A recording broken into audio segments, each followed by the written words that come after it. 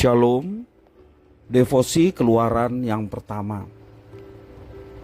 Ketika dalam kesulitan, kadang kita tidak melihat rencana Allah dalam hidup kita. Firman Tuhan hari ini menunjukkan bahwa di tengah penderitaan umat, sesungguhnya rencana Tuhan Allah sedang digenapi. Karena merasa terancam oleh keberadaan bangsa Israel di tengah mereka, Fir'aun berikhtiar untuk menghabisi orang Israel. Maka Fir'aun membebankan kerja yang lebih berat kepada orang Israel. Alih-alih melalui kerja yang berat ini banyak orang Israel yang mati, bukannya mereka berkurang, tetapi justru orang Israel semakin bertambah banyak. Selain itu juga Fir'aun meminta kepada para bidan untuk membunuh bayi laki-laki Israel ketika dilahirkan. Mengapa hanya bayi laki-laki? Pada waktu kejatuhan manusia dalam hukumannya terhadap ular yang mewakili iblis, Tuhan menyatakan akan mengadakan permusuhan antara keturunan ular, yakni keturunan iblis secara rohani, atau orang-orang yang tidak percaya kepada Tuhan, dengan keturunan perempuan, yaitu keturunan orang percaya. Itu semua tertulis di dalam Kejadian pasal yang ketiga ayat yang ke-15. Dari perempuan tersebut akan lahir laki-laki yang menghancurkan kepala si iblis.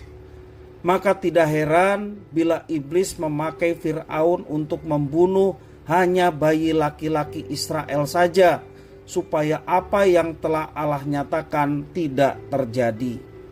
Namun rencana Fir'aun tidak berhasil. Para bidan yang menangani persalinan perempuan Israel itu tidak mematuhi perintah Fir'aun. Melihat nama bidan-bidan itu adalah nama-nama Israel, memungkinkan mereka menjadi tidak tega untuk melakukan apa yang diperintahkan Fir'aun. Selain itu juga Alkitab mencatat bahwa para bidan itu tidak melakukan perintah Fir'aun karena mereka hidup takut akan Allah di dalam ayat yang ke-17. Dan akibatnya orang Israel bukan berkurang tetapi semakin bertambah banyak.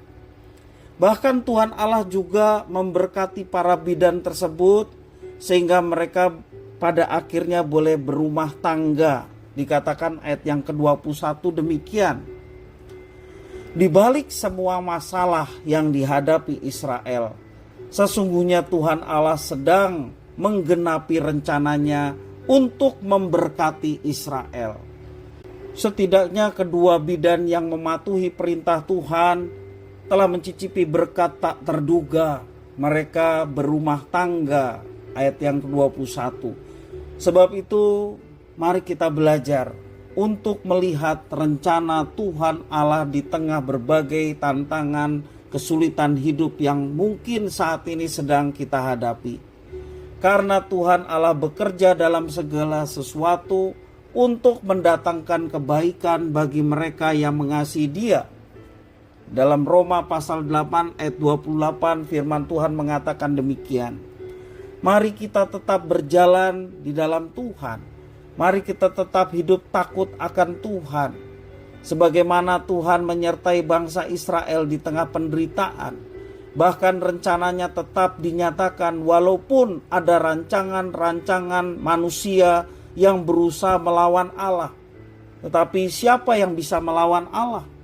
Karena itu, karena tidak ada yang bisa mengalahkan Allah, maka kita sebagai umat yang dipilih oleh Allah menetapkan diri untuk tetap di dalam rencana dan hidup sesuai dengan kehendaknya.